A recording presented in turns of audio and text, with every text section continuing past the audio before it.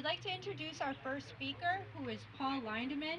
He is the chairman of the Nutfield 300 Steering Committee, and he is the one that's running all of the events in all of the towns for Nutfield's 300th anniversary. So that is Derry, Londonderry, Wyndham, and us, Manchester, here in Derryfield. So he has a lot on his plate right now. He has a table over there for the meeting house that he's also helping to restore. There is no end to what Paul works on. Please give him a warm welcome as he does our introductory speech.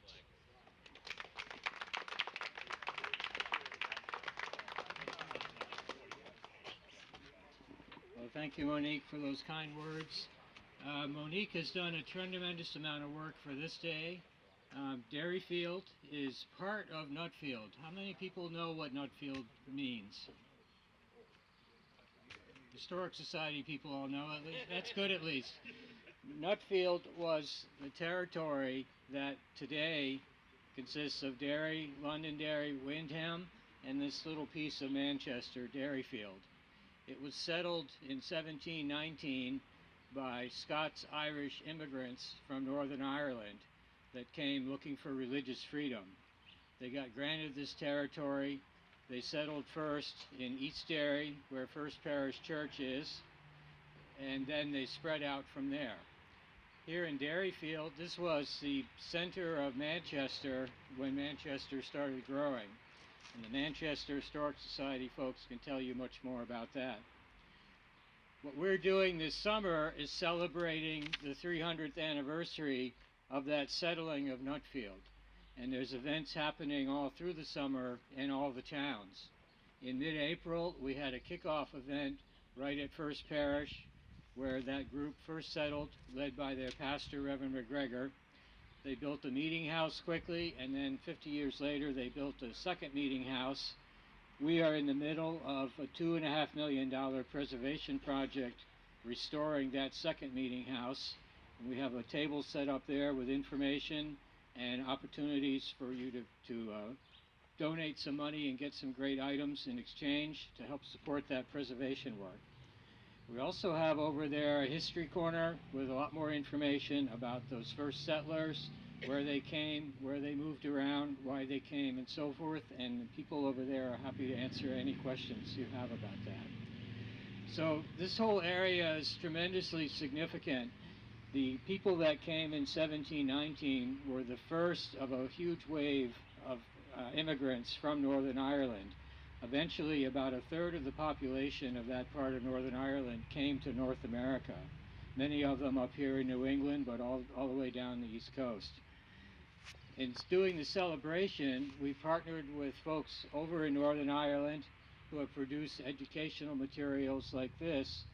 To them, last year was their big 300th because 1718 is the year that those folks first started coming here. We have this literature and other information over there if you'd like to learn more about the 1718 migration. It's one of the reasons we're doing this big summer-long Nutfield 300th celebration is to interest and excite our local population more about our history. The folks here in general are not that aware of it. Probably everyone seated here is somewhat aware, but we're trying to entice the whole area to learn more and to have fun in doing so. To the people in Northern Ireland, this history is incredibly significant. In fact, we had a conference and reunion in mid-April at that kickoff event. We had 80 folks here that were all descendants of the first 16 families that came to Nutfield. And they are extremely enthusiastic about the genealogy, building their family trees. We had folks from Northern Ireland, California, New York, Texas, all over. So to that group, they appreciate the important history of this whole area. We're trying to help everyone who lives here also appreciate it more. So today we're gathered here at the Hughes House, which is owned by Monique, who was just here. And I need to point out that she's done an incredible amount of work here with her family, supporting her and helping with all the work.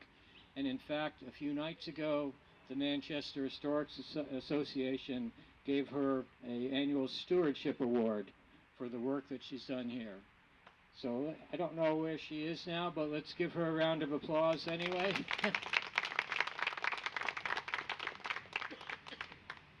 So she and her family, and with the help of the Derry Heritage Commission and the Manchester Historic Association, has set up a great day for you here. We're going to start with a talk by John Clayton of the Historic Society on the Amoskeag Manufacturing Company. And then Peter James is going to talk about the Concord Coach. He's from the Abbott Downing Historical Society. You'll be able to check out the coach firsthand afterwards. At 11, we'll have a Memorial Day service in Center Cemetery there. That cemetery was, I believe, started when they first settled this area. And originally there was a meeting house between the cemetery and Mammoth Road there. That was built in 1759, I believe, and lasted there for many years. Eventually was in disrepair and was sold to an individual who moved it for a private home, and then in the 60s, I think, it burned down. But you can see a monument, a plaque to it over there, and we'll have tours of the cemetery. But first at 11 is the Memorial Day service there, so please participate in that.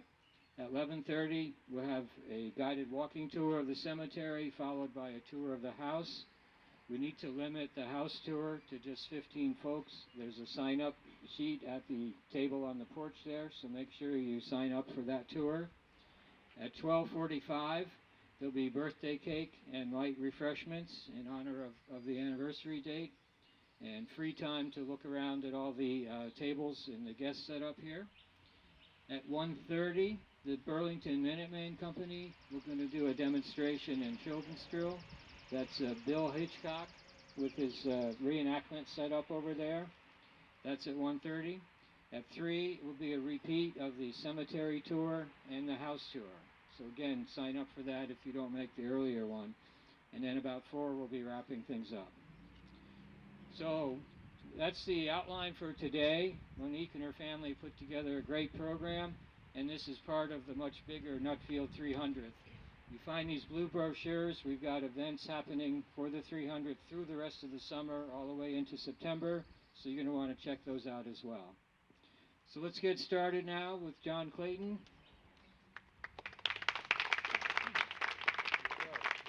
Thank you, Paul. Thank you and welcome. Glad we had such a beautiful day. Monique had asked me if I would give a lightning talk, and given the weather we've had in recent weeks, I was terrified that it was actually going to be a lightning talk. So thank you, Monique, for arranging for a beautiful day. At the Manchester Historic Association, as you may know, we celebrate about 11,000 years of history in this area. That's how long ago the Paleo Indians took up residence along the banks of the Merrimack River before it was so called. The word Amoskeag, as many of you know, means place of many fish, and it is for that reason that Manchester exists as a community. The Amoskeag Falls were a geographic quirk that made this community a reality over time. But I'm not going to recount 11,000 years of history in 15 minutes, try though I might. So we're going to fast forward about 10,500 years. Let's go up to 1831, which is the year in which a bunch of wealthy Boston Brahmins, businessmen and investors who had an interest in textiles, looked north to this area known as Derryfield and saw this pristine farmland, the land divided by this powerful river and those Amoskeag Falls, and they had an audacious vision. Their goal was to build an industrial utopia where people would want to come and live and work in the manufacture of textiles. And so they bought 15,000 acres of that pristine farmland, set aside 700 acres on each side of the river to be zoned for industry, and the rest of that land, the rest of the 15,000 acres, was to be laid out to create that utopian community, again, all around the vision of building textiles. For them to do so, harnessing the power of the river was imperative. That's why they chose this location for this company. And they chose to call it Amoskeag in honor of the Native Americans who had first settled here. Their vision required the digging of 2 industrial canals. Next time you drive through the mill yard and you're on Bedford Street, as recently as 1972, you would be driving in the water. That's how long ago these canals were filled in. Likewise, if you drove on Commercial Street, that was the lower canal, and that was the industrial arteries that made Amoskeag the largest textile manufacturing operation in the world, at its peak employing more than 17,000 people and producing more than 470 miles of fabric every day. Amoskeag's vision revolved around the river, and that meant there were going to be some changes politically in this area that had since been christened Manchester in 1810 upon the death of Samuel Blodgett. Their vision was that the city center would not be here on Mammoth Road, but it would be more centrally located, closer to the industrial hub they were going to create, which is how Elm Street wound up becoming the commercial heart of Manchester, thereby Mammoth Road becoming something of an afterthought, if you will. I learned during a fabulous Manchester Historic Association walking tour, headed by Dick Duckoff, that Union Street has nothing to do, the name has nothing to do with the Civil War. It was around that era, but Union Street was so named recognizing the compromise that existed between those early settlers of Manchester who wanted Mammoth Road to be the hub of the community, with the Amoskeag vision of making Elm Street the basis. Union Street is just about equally distant from either point, so Union Street was named recognizing the compromise that allowed the city center to be moved to Elm Street.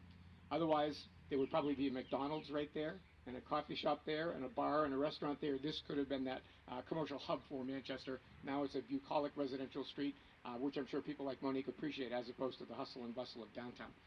So Amoskeag's vision, again, was based upon creating an industrial textile community. So they built a mill, and pretty soon everybody in the community was working at the mill. Their vision is to build another mill and another mill and another mill. So Amoskeag became a pioneer in what we call today workforce development. They were aided by some quirks of history, being of Irish ancestry. The event that took place in Ireland, which my family refers to as the Hunger, some people call it the potato famine or the blight, was instrumental in driving Irish immigrants here to the northeast portions of America to find a way to live without religious oppression as well as starvation. So Amoskeag benefited mightily from the influx of these Irish immigrants, and it was they who dug the canals that would eventually power the mills. They carved the granite that formed the foundation for those mills, and they laid the bricks. And so that Irish immigration wave was really important to Amoskeag's success. You all may know that while the farms in Ireland were failing, something similar was happening in the maritime provinces of Canada. Family farms were failing due to a blight that may have been related to that in Ireland, but regardless of the cause, if you owned a family farm in Canada and you went 3 years without a good sustainable crop to sell, you were unable to pay your taxes, and the Canadian government was actually seizing farmland from these farmers, and they had no recourse. They really had no options. There was no industry in their area, so Amoskeag very wisely started sending agents by train to Montreal and Quebec City, by which they would fan out into the countryside by horse and buggy, going to these failing farms and recruiting families who had not many other options to come and live and work in this industrial community, where there would be a promise of a job, a promise of housing. In the early stages of Amoskeag, all those beautiful red brick row houses you see on Middle and Merrimack and Stark Streets, that area was known as the Corporation, and that is where Amoskeag offered housing to these new immigrants who were coming to live and work in the city. The iconic Mill Girl, who was recognized by the beautiful statue in the mill yard, we call her Millie, go figure, that was housing for them as well, and they would entice these single girls to come here with the promise of a good job, clean living conditions, with a house mother who would make sure that they went to work, also to church, and that there were no men and no tobacco and no alcohol in their lives. And these pious Canadian, mostly Catholic Franco-Americans, loved the notion that their daughters would be looked after when they came to live and work in Manchester. So that was another huge workforce development avenue for Amoskeag to continue this advancing growth for their textile industry. Eventually, Amoskeag's model of recruitment of workers became less about volume, less about sheer numbers of workers, and more about specific skill sets. If you come visit the Mill Yard Museum, you'll see some of the technologies that Amoskeag used, including those canals and the huge blade turbines they used to power the looms. The looms themselves were intricate pieces of machinery, and Amoskeag recognized that for this company to flourish, they needed engineers and machinists of great skill, who could not just build these machines, but fix them when they broke, and eventually they would produce other heavy goods. So Amoskeag needed engineers and machinists. Their ambitious recruitment plan meant go find the best engineers in the world, and at the time, they were in Germany. So Amoskeag's agents, they couldn't go by train this time. They had to take boats, But they journeyed to Germany and they recruited these German engineers and machinists to come and live and work here in the machine shop, which they called the foundry. I wonder if Dean Kamen might ever name a restaurant after the foundry. Oh, he already did. Never mind. So Manchester suddenly has a burgeoning German population, largely settling on the west side of the city, as did most of the Franco-Americans after a time. A gentleman once said, and it was not me, that one of the reasons Amoskeag succeeded so wonderfully as a company was because of the fickle nature of women. I'm going to let that settle in for a second, okay? Because I didn't say it. What did he mean when he made that claim? What he meant is that Amoskeag responded rapidly to changes in the fashion industry, and many of those changes were driven by the women, the consumers, who were buying the dresses and the textile products to make their own dresses from Amoskeag. So after beginning with really coarse fabrics, like blue and white striped ticking, which you would recognize as mattress covers or pillowcases back in the day, they started producing denim, a heavy, coarse blue material. The first Levi's ever made in America were made with denim manufactured by the Amoskeag Manufacturing Company. Coincidental with the California Gold Rush. So we all know the San Francisco 49ers are so named because of the Gold Rush of 1849. Amoskeag had a contract with Levi Strauss, so they started producing reams and reams of this blue denim, because if you worked in the gold mines in California, you couldn't go to work wearing gabardine pants. You'd come home mostly naked. It would be stripped from your body by the hard working conditions. But Amoskeag denim was perfect for Levi's because it was tough and durable, and there's actually a museum in the San Francisco area for Levi's. And every so often they find a pair of Levi's in a mine shaft that are still intact 150 years after the fact. So those of you who are wearing Levi's, congratulations, you're a part of Manchester history today. Then the product line started to become even more sophisticated. Amoskeag had a sales force of 90 men, and they were all men at the time, living and working in Manhattan because of the proximity to the garment district. So when the dress fashions change and all of a sudden it's 1880, it's 1890, the women are not content to wear drab, dark-colored gray, brown, and black clothing. They wanted brighter, more colorful fabrics and lightweight. So in the summer months, on a beautiful day like today, you would not be uncomfortable. So gingham manufacturing became a trademark for Amoskeag. The quality of their gingham was extraordinary, and if you come to the Millyard Museum, you'll see the incredible awards they received down through the years at these important garment conventions. To make gingham dresses, the key was not just the light cotton, the bright colors of the dyes. So once again, Amoskeag needs a specific labor talent or pool. The best dyers in the world, those who could dye these fabrics, were in Great Britain. England and Scotland's textile industry was far more advanced than ours. So they chose to go to Scotland and recruit dyers to come and live and work in Manchester. And yes, on the day a particular dye was being produced, that is the color the Merrimack River would be on that given day. I can't make this up. It's true. So if you come to the Millyard Museum, you'll see that we have handwritten dye recipe books that these Scottish immigrants brought with them from their homeland. So once they arrived here, they could create just that right teal color of blue, or just the right pink or aqua, whatever was required. And we have some beautiful swatches and samples to demonstrate the capability of these Scottish dyers who came here. What next? Oh, the ladies want lace collars on those gingham dresses, because again, it's all about fashion. Well, the best lace makers in the world were in Belgium, and people would insist that is the case today. The last time I went, I came home with two things, chocolate and lace. So it worked. So Manchester suddenly has a burgeoning Belgian population on the west side of the city, as those Belgian lace makers came here to make their living in the New World.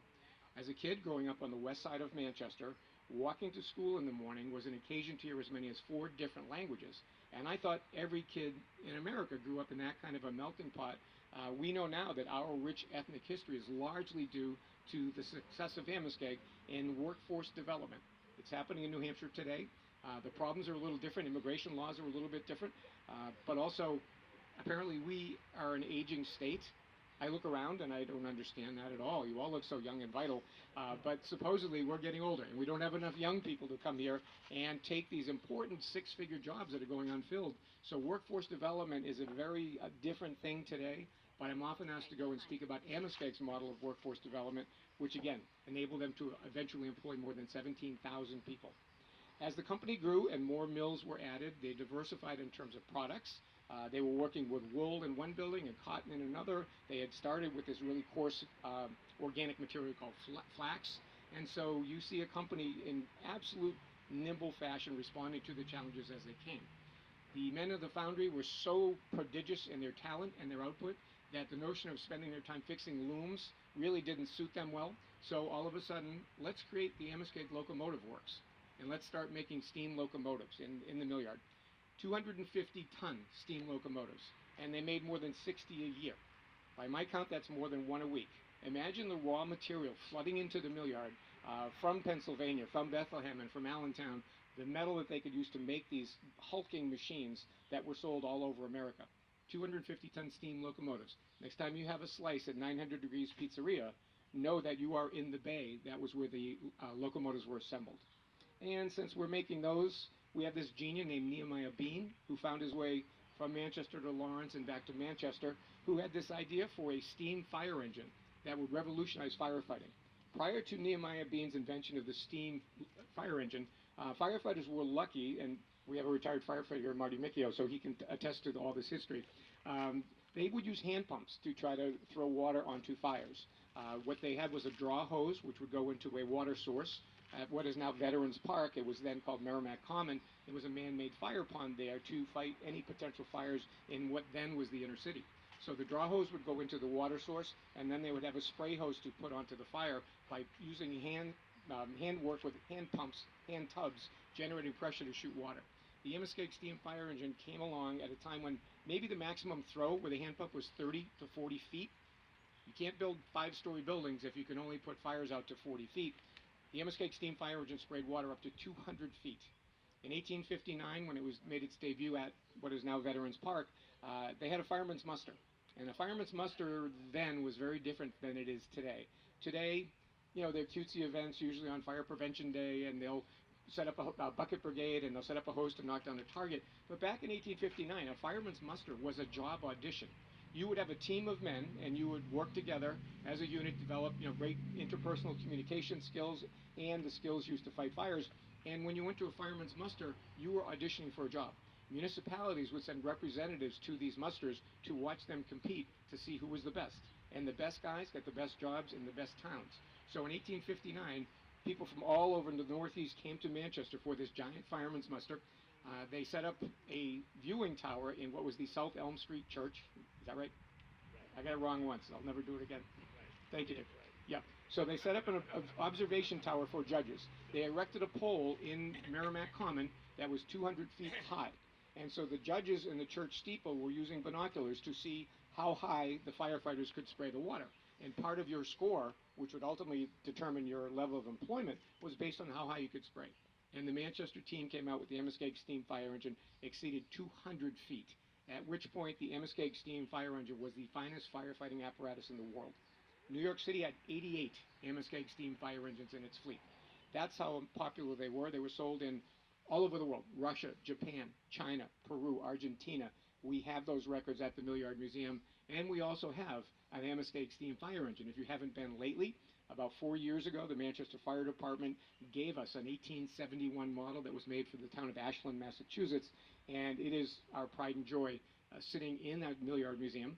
It was an ordeal. Part of the fun of looking at it in the museum is figuring out how we got it into the museum. Jeff Murdoch was a part of that process, so he knows. We had to reinforce the floor because the machine weighs about 2 tons, and it also came through a door no bigger than this. And when you look at it, it's a little bigger than that. I now know how they built the pyramids because they got that fire engine into our museum. So again, you can see the depth of Amoskeag's adaptability, the way they could change and move when the market demanded it. And let's fast forward to 1860. You cannot talk about the Amoskeag Manufacturing Company without acknowledging that their business model was based upon doing business with plantations in the American South, beginning in 1831. That meant the cotton they were working with was harvested by slaves in the American South. We never sugarcoat that with the kids who come into the museum because it's a fact of history that we need to acknowledge. But that also made for some changes. In March of 1860, this guy who was running for president, perhaps you've heard of him, named Abraham Lincoln, was coming to New Hampshire to visit his son, who was a student at Phillips Exeter Academy. Upon hearing this, Governor Frederick Smith invited Mr. Lincoln to come to Manchester to make a campaign speech in Smith Hall, which the governor happened to own. Lincoln agreed, made his speech to a rousing audience, dealt with a heckler with great grace, And next day he spent touring the Amoskeag Manufacturing Company to understand this industrial giant that was growing here in the American Northeast. He made friends with Governor Smith and also with Ezekiel Straw, the 19-year-old engineer who had laid out the city of Manchester. Eventually would go on to become governor of New Hampshire, but that friendship was key because by 1860, Amoskeag recognized that their supply of cotton was going to be in danger if, in fact, there was going to be a civil war. So they stockpiled about 3 million pounds of cotton in the mill yard. It was coming out of the windows of all the buildings, and they thought that might be enough to carry them through the war. Well, it was not. By 1863, Amoskeag was running out of that raw cotton and having to close plants. Because of the relationship between Governor Smith and President Lincoln and Ezekiel Straw, the question was, can Amoskeag adapt once again and make another product? The answer was always yes. What's the product? Rifles for the Union Army. So Amoskeag began the manufacture of Springfield rifles for the Union Army. In a 2-year period, they made 27,001 Springfield rifles, that one being for President Lincoln. 14,000 carbines, 7,000 shotguns. So once again, Amoskeag answered the nation's call, and if you worked at Amoskeag making rifles, you were exempt from the Union Army draft. No shortage of men who were happy to work at Amoskeag making rifles. Rifles have to be test fired. How do you do rifle test firing in a large urban community without setting off public panic? It was agreed that the rifles would all be test fired at exactly the same time. At the stroke of the hour, let's say the stroke of noon, you would hear a loud report from the mill yard, as many as 50 weapons being fired simultaneously. And it would happen again at 1 o'clock and at 2 o'clock. So you never knew, you never didn't know what time it was in Manchester when Amoskeag was test firing rifles. You knew you made the next hour without listening for church bells. So it would seem that a company that was so nimble and so adaptable in so many ways would never encounter problems, but obviously they did. As we move into the late 1800s, the invention of steam power was a game changer for Amoskeag, because all of a sudden, by using coal to generate steam, you could build textile mills anywhere. The reason for the Northeast dominance was our powerful rivers, aided by a spring freshet when the snow melts in the mountains. The rivers in the south are slow and meandering and not good for industry. But burning coal was the game changer. So they started building textile mills in the American South. They were built out of wood, so they were less expensive to build. There was less union activity in the South, so labor was cheaper. The cotton, by the way, was growing outside the window. You did not have to put it on a train for a 1,000-mile commute to Manchester to be turned into fabric. So now the business model's failing. Those southern products are much cheaper than Amoskeag's. The quality was also cheaper, but people didn't care. So we're being undercut, and Manchester's feeling the economic impact. So as we move into the early 1900s, Amoskeag's business model is foundering, and they're struggling to compete. Then, 1914, the Great War starts. And all of a sudden, Amoskeag starts getting federal contracts to make uniforms, mindful of the fact that the U.S. might eventually enter this war. So they were artificially inflated by this federal money, and all of a sudden the urgency to modernize and streamline and make their business model more efficient was less important. So you could say that Amoskeag was fat and happy at that time, living off those federal grants. Well, the war ended in 1918, and so did that federal money. So come 1922, 4 years after that, Amoskeag is confronted with the simple fact of a possible failure. So how do you make it work? You decrease your costs of production. So they told the workers that your 48-hour work week is now 54 hours, more production, and we're cutting your pay 20% at the same time. Manchester was long considered a strikeless city for a number of reasons. Amoskeag had a culture of what we call corporate paternalism, by which they really looked after their employees. They deliberately laid out the city with parks and playgrounds and churches and schools. They built textile fields as a recreational opportunity for the men and women who worked in the mills. They had nutrition classes so parents would produce healthy meals for their kids. They had gardens available for workers who wanted to grow their own produce. They had a theater troupe. They had a camera club. And this culture of corporate benevolence, paternalism, made unions less necessary here than they were in cities like Lowell and Lawrence, where the United Textile Workers, known as the Wobblies, were representative down there, and they had violent strikes. The Bread and Roses strikes are still there. Manchester was called a strikeless city until 1922, with that 54-hour work week and the 20% pay cut. The vote to go on strike was 12,428 to 134. So the strikeless city is now on strike. And in hindsight, the strikers probably peaked on that very first day. Amoskeag had tremendous political clout throughout New Hampshire. The governor was in the bag for Amoskeag. The board of mayor and aldermen was largely composed of overseers for Amoskeag. The police chief, Michael Healy, was in the bag for Amoskeag. So The workers really didn't have a chance. So 9 months later, more than $50 million in productivity having been lost, the workers came back. More than $50 million was lost. What was lost was a sense of trust. Amoskegg's workers had the belief that Amoskeag had their best interests at heart. And when it was economically feasible to do so, they did. But when it was about money, Amoskeag took off the velvet glove and showed their iron fist. So there was a second general strike in 1933, and finally on Christmas Eve in 1935, Amoskeag filed for bankruptcy protection. 17,000 people out of work in a city of about 35 or 36,000 people.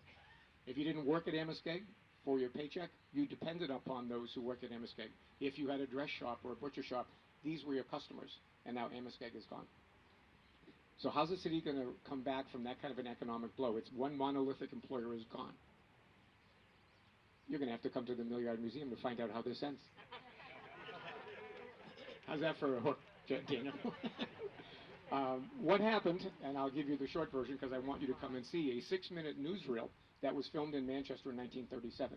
A bunch of businessmen, led by Mayor Arthur Moreau and newspaper publisher Edmund Jewell and attorney John McLean, got together and basically went to the bankruptcy court and said, what can we do?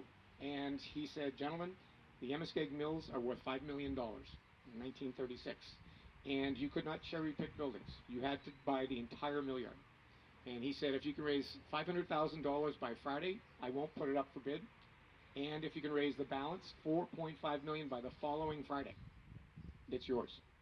Without ever leaving New Hampshire, in less than 10 days, they raised $5 million and purchased the assets of the Amoskeag Manufacturing Company. There is an entity that exists to this day called Amoskeag Industries. It's a for-profit holding company, and they own reverter rights to all of the properties that Amoskeag deeded to the various churches and schools in town. And if those buildings no longer continue with their original use, that land reverts back to Amoskeag Industries, and they can thereby do whatever they wish with it. The biggest chip in play right now, potentially, is the National Guard Armory. That is on land that was deeded by Amoskeag to the state of New Hampshire. And if we find another site for our National Guard Armory, which is very likely, they just built a large motor pool out in Hooksett, if you haven't seen it. And one of the reasons for that is they cannot get their trucks into the existing armory building on the river. Why? They have to let air out of the tires to get them under the doors because it's just too small. So that is a major chip, and you'll see the influence of Amoskeag Industries when that happens. So Amoskeag Manufacturing is gone, but it lives on through Amoskeag Industries, and it lives on in the mill yard. During the urban renewal issues of the 1960s, the original company, Arthur D. Little, came in with their first recommendation, among others, was the mill yard will never be of aesthetic benefit to the city and should be demolished in its entirety. That triggered a preservation-mindedness that exists to this day for us in Manchester, those of us who call this place home. And we at the Mill Yard Museum celebrate the legacy that came out of those days. There were 75 intact mill buildings in the beginning of urban renewal. Today we have 60. That's due to a lot of hard work by a lot of people, including a gentleman named Joe Nelson, who worked for the Manchester Redevelopment Authority. Sadly, Joe died 2 years ago at the age of 103. But he is a giant in the mill yard to this day. And I have friends who tell me if it weren't for Joe Nelson, you'd be sitting at your desk in a vacant lot in the mill yard. So we say thank you to Joe for his having helped save the mill yard. And that is our mission at the Manchester Historic Association. Today is a day when we can help people like you appreciate the legacy of those who came before us and celebrate the history of the Amoskeag Manufacturing Company and Manchester, New Hampshire. Thank you very much. A plug for a friend. My predecessor, Aurora Eaton, wrote this great book called The Amoskeag Manufacturing Company. You may have heard of the book Amoskeag Life and Work in an American Factory City, which is a treasure in its own way. But that's oral interviews with people who used to work at the mills. This is an omnibus history of the Amoskeag Manufacturing Company. I recommend it to your reading. If you don't know where to get it, I know that we have them in the museum gift shop, and we may have them here today. Okay, well, somebody can go back. No, you've got to go to the gift shop, and then you can watch the March of Time newsreel, and you know why Manchester is known far and wide as the city that wouldn't die. Thank you. What? You know, John, as I was listening to everything you said, there's one bit of research that's never been done. What is it? Tell them. No. I was just listening to John, and there's one piece of research that's always puzzled me about the Amoskeag. Why would they buy so much land in the 1830s and know that they would have to import cotton from the south? That would have to be transported by canal boat. Doesn't make any sense. It just doesn't make any sense. They had to know that the railroad was coming. And it had to be a business risk, it had to be a gamble that they made that the history of transportation in this country would change. And they won that gamble. But I've never seen this really addressed in any books that I've read, and it begs research. Thanks. Excellent. We'll look into that. Okay. My final duty, and I promise I'm getting away, I'm getting out, is to introduce Peter James, the Secretary of the Abbott Downing Historical Society, with that beautiful Concord coach here in Monique's front yard. I'm going to go over and take a look again. That, like the Muskeg steam fire engine, is a piece of New Hampshire history that demonstrates the industry of the people who called this place home.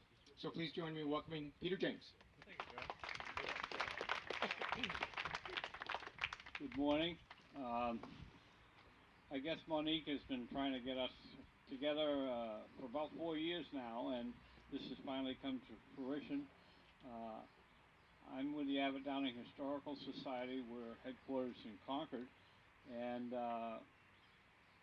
we're all about transportation. And the Concord Coach is the symbol of the Abbott Downing Company, but they were in business for about 100 years, and after the coaches and whatnot were done being built, they actually moved into motor vehicles. I'm going to back up a ways. I do a couple of presentations, and but I'm going to kind of wing it off the cuff here a little bit. Transportation in public transportation in New England goes back to the early 1700s, and in those days it would have been a two-wheel cart with maybe a driver and 2 or 3 passengers, and the wheels on the cart were as big as the wheels on the back of that coach, and just a couple of people, 1 or 2 horses, and they went town to town. It was pretty rough going, and that's the reason they used that type of vehicle. The first actual stagecoach run was from Portsmouth down towards Boston. Got as far as Newburyport, but couldn't get across the river, so eventually they did and moved on. And stagecoach routes eventually got all the way down the East Coast and up through New Hampshire as New Hampshire grew. Out there in front of the coach is a map of New Hampshire, 1833, and it shows the stage routes and the roads.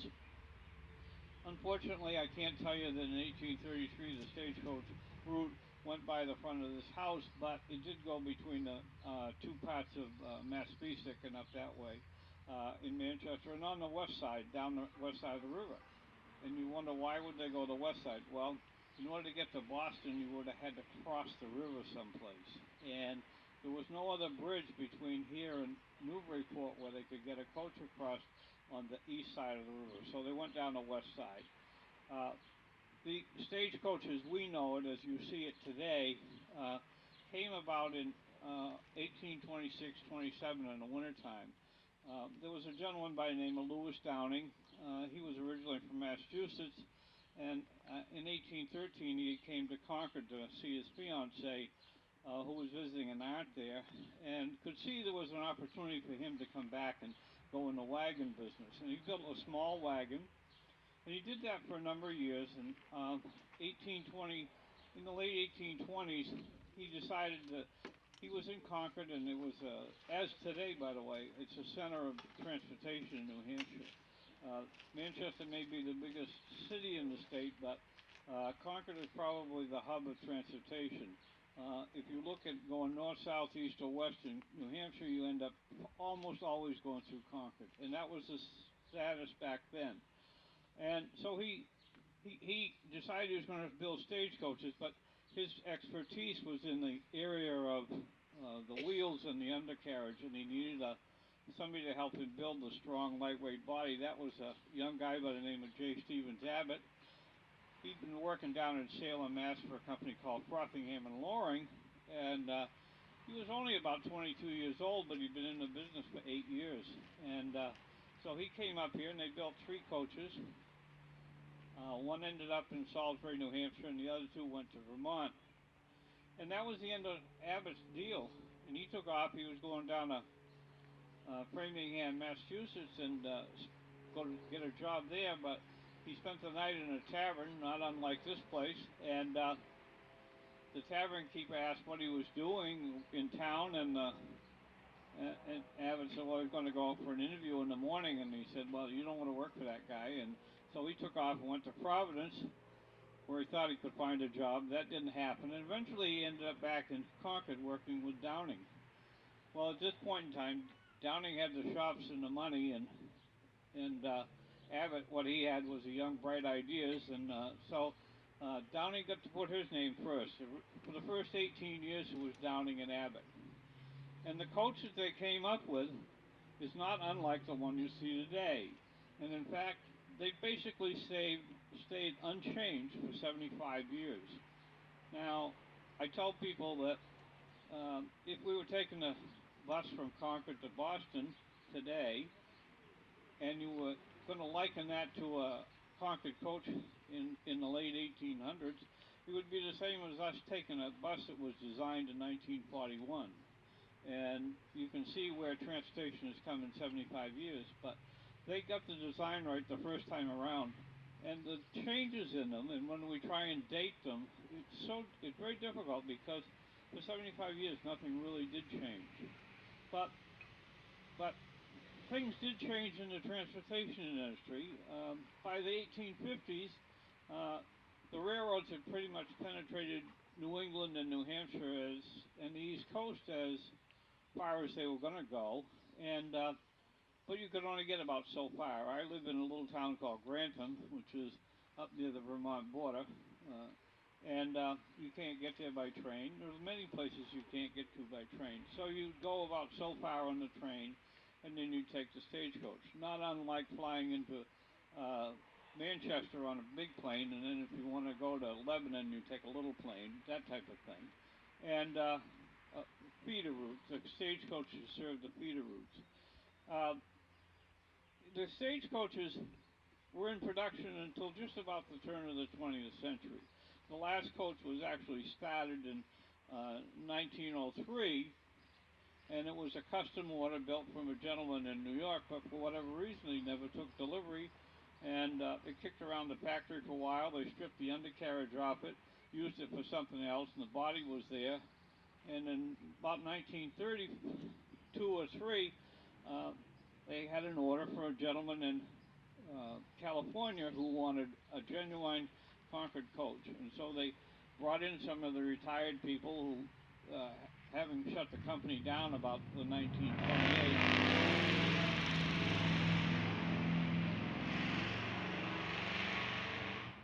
it's tough to compete with that. They brought in some retired people, built a new undercarriage, and sent the thing out to California where it sits today, having never been driven. Interestingly enough, in the process of moving the thing around, the body around the factory, they took the steps off, and somehow they ended up in a collection in Washington State. And the estate where those steps ended up was just sold off within this past winter. And one of the steps on one side, the owner of the coach body wanted to have the original steps because they have the serial number on it, and so the steps on one side sold for $2,000, and she wanted the other one pretty bad too, so she ended up paying $2,500. So she got $4,500 tied up in those two steps. But the company eventually shut down all productions. Materials and whatnot was sold off in basically a series of yard sales through the 30s. And in the 40s, Wells Fargo Bank bought the name to Abbott and Downing. And if you have $5 billion, that's billion with a B, dollars, they have a division called the Abbott Downing division, and they'd like to help you manage your money. I'll probably take a few minutes and tell a few stories. I like to tell stories. The company was pretty good sized. It had, during the last half of the 19th century, they had about 350 or 400 employees. That was all men except for one woman. The woman's name was Mariah Putnam, and I like to say that when I do a presentation and we're not outside like this and I have slides, I show a picture of Mariah's office or workspace. Well, this picture was taken in 1895 after she'd been there 30 years, and she had the job of sewing the interiors for the coach, the damask and light leathers and those kind of things. And she was hired because at the time the sewing machines came to be, the management thought that a woman could better handle those things than a man. Probably true. And so she put in her 30 years and then some. But you look around the office or her workspace and you say, this is 1895. Now in 1895, you went to work, you did your 12 hours, and you went home. You know, you didn't have pictures of your kids and your dog and your whatnot on your QB walls. But Maria's workspace is interesting because there are shelves in the window, so halfway up the window is a shelf and there's some plants. There's a table beside her two gigantic foot-powered sewing machines with some plants growing on it, a pretty poster, some pretty lamps, a mirror. This was her workspace. Now you'd have to wonder what kind of a strong personality she had. I spent 30 years working for Mother Bell, and that's the best way to describe it. It changed names so many times in that 30 years. And, you know, every year we had our EEOC training and, you know, all of that kind of stuff. Well, they didn't have that back then. What kind of a strong personality she must have been to be the only woman with 350 or 400 men. Lewis Downing was employed or ran a company in Concord. He started in 1813 and he went through to 1865. 52 years. He retired from the company and his two boys ran it. And he ran for and was elected to one session in the legislature. He was smarter than most of the politicians we send up there today. But he was also probably one of the most generous people in the city of Concord.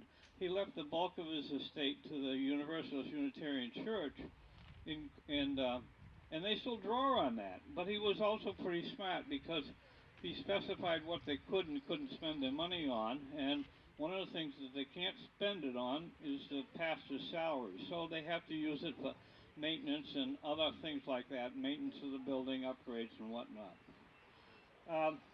Another story, and maybe somebody here will know the answer, is that of one of the stage drivers who came from the Upper Valley area by the name of Charlie Parkhurst. Now, I've been doing this talk for over 10 years, and in that 10-year time, only two people have ever heard of Charlie Parkhurst, which is kind of interesting because Charlie was very famous. Charlie was born up in Vermont, was orphaned off, and lived in Lebanon, New Hampshire. There's actually a Parkhurst Street in Lebanon. Went to work in the stables, went down to Providence, Rhode Island, worked in the stables, and eventually took up stage driving. Ended up out west, worked for a number of years for different stage operations. Was noted to be one of the most proficient stage drivers in the West, and eventually retired to a small ranch. And after Charlie died, they came in and did an autopsy on the body, and one of the things that they discovered was that Charlie was a woman, and at some point, somebody knew because at some point Charlie had given birth to a child, and in her belongings they found a baby's dress. So, not unlike many of the people, there were a number of soldiers in the Civil War that were also impersonators, female that were impersonating as men. So, and I'll tell one more story, and that is that in 1869, after the Cog Railway was completed up Mount Washington, General Grant came and took a trip up the Cog Railway, and then came back to Bethlehem to rest for a while, but he was supposed to be spending the night at the Profile House in Franconia Notch. Well, that's a distance of about 10 miles, and so he had to get over there, and so they had a stagecoach, a Concord stagecoach lined up for him, and uh, so the driver was chosen, and so uh, they get ready to take off, and President Grant says to the driver, "Do you mind if I sit up here on the driver's seat, or the driver's box, as it's called?" And he said, "No." And so the general gets up there, and off they go. Well, it's a distance of about 10 miles. It takes 17 minutes to drive it in a car up over Agassiz Street, back down into Bethlehem, I mean Franconia, and then up 3 Mile Hill to the hotel. And so they telegraphed them when they left, and the other drivers were sitting around doing side bets, and they figured about 2 hours. But an hour later, they got a note from or a telegraph from the people on the other end that they were pulling into the hotel. They'd average 10 miles an hour, which is about twice the average speed of a coach, uphill and down. And when they arrived, the general was hanging onto the rail with one hand and his hat on the other. And he stepped down, and they didn't know how he was going to take that. But he so appreciated the driving expertise that he sent a driver a very fancy whip when he got back to Washington. Um, we have a collection of vehicles in the society. We have this coach here, which is a reproduction, by the way. And you feel free to get in it. There's some nice steps on the other side. You don't have to climb up. And get a feeling what it feels like to sit inside. You have to understand this is called a 9-passenger coach. Now, they came in three sizes, 6, 9, and 12. But that only refers to the seats inside. So there are 9 people sitting inside that. The airlines didn't invent the term coach seating. And this coach would have a capacity of about 16. That's 9 inside, 1 beside the driver, 3 behind the driver on the roof facing forward, and 3 on the roof facing the back. Now the 3 behind the driver, they had to be kind of careful where their feet were, because you only kick the driver once, because remember, he's got that whip in his hand, and he could pluck your hat off with it if he chose to. So we'd invite you to sit in that and get a feeling what it's like to feel, and feel how smooth it actually does ride. People have said they've ridden in the one at Sturbridge and it was a little bumpy. Well, maybe compared to the Cadillac or Mercedes it is, but it's not bad. I've actually ridden in one on pretty rough ground, and it was pretty good. But also imagine sitting in it for 28 days, leaving St. Joe, Missouri, headed to Sacramento, California. And by the time you got there, with 9 people sitting inside, it would be amazing if you could get out and actually walk. Uh, in our collection, we have this reproduction, plus we have we have 3 originals, and about a dozen other genuine Abbott Downing vehicles. And most of those will be on display. I want to invite you to the 29th of June to mark your calendars. We have a big open house at Prescott Oil in Concord on Airport Road, and 10 to 3, I think the hours are. And we'll have at least 7 and possibly 8 coaches, originals on display, plus this coach, plus a bunch of other Abbott Downing vehicles, and it's really quite a show, and it's free to the public, so I invite you to come to that. I invite you to come and try our coach out. Check out our little table. We've got some books for sale, a DVD, which is a history of the Abbott Downing Company documentary, and you people, a lot of you are about my age, so I suspect you're familiar with the Shaw Brothers and the music that they did. The sad part of that is that they're getting, Rick is getting old. Ron died a year ago on April 1st, and Rick is in a nursing home in Portsmouth. I was down to see him on Thursday, and not doing particularly well. But I have acquired most of the remaining copies of one of their last CDs, which is the Profiles of New Hampshire, and it includes the Concord Coach song, Lucy Come Ride in My Wagon, which is probably my favorite, and about 8 or 10 others. And so we have those for sale. We have a book that has a bunch of compilation of articles from the Journal of New Hampshire Historical Society, and we we have and the DVD. And stuff is there, plus a collection of other books that related to coaching and the coaches in the West. If you're a historian, I highly recommend the Ralph Moody books, especially the one Stagecoach West. So that's about all I have. I'd like to take some questions if anybody has any, because that's the part where I learned. So if you got questions, I'll try and answer them. And if not, thank you.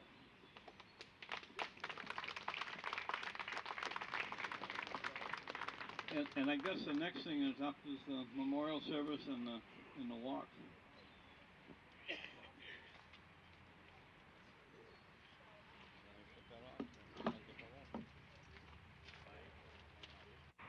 I'd like to thank everybody that came out today, and I would like to take a moment to remember everyone that we lost in the war. It is a day we as a country come together to honor and remember our servicemen and women who answered America's call to service and paid the ultimate price. It is a day for Americans as one body to stand up and say, thank you. We remember you. So before we proceed, please bow your heads and pray for those veterans who laid down their lives in the cause of freedom for all of us. We pray for those who courageously laid down their lives for the cause of freedom. May the examples of their sacrifice inspire in us the selfless love of God. Bless the families of our fallen troops and fill their homes and their lives with your strength and peace. In this cemetery behind me, there are many veterans who are buried here, but they had all come home after serving honorably. They came home safely and proceeded to raise families and go on with their lives just as we do today. I'd like to specifically point out 4 of them who were actually descendants of the Hughes house. There was Isaac Hughes I, 1757 to 1833, who served in the American Revolution. Isaac Hughes II, from 1810 to 1904, he was part of Militia B. Raymond Hughes was 1892 to 1956, and he served in World War I.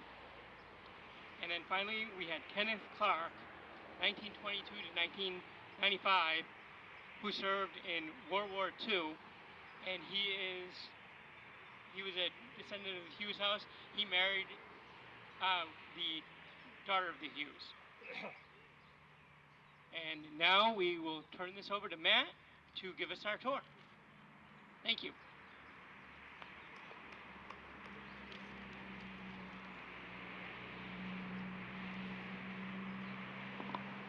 Morning, everyone. Thank you for coming. My name's Matt Labby, and I'll be leading our tour today. For those of you who don't know me, I'm a professional archaeologist who specializes in historic sites, and I'm particularly interested in the early settlements of New Hampshire. The Hughes house is owned by my sister. This is her right here, if you haven't met her, Monique. Pretty nice person.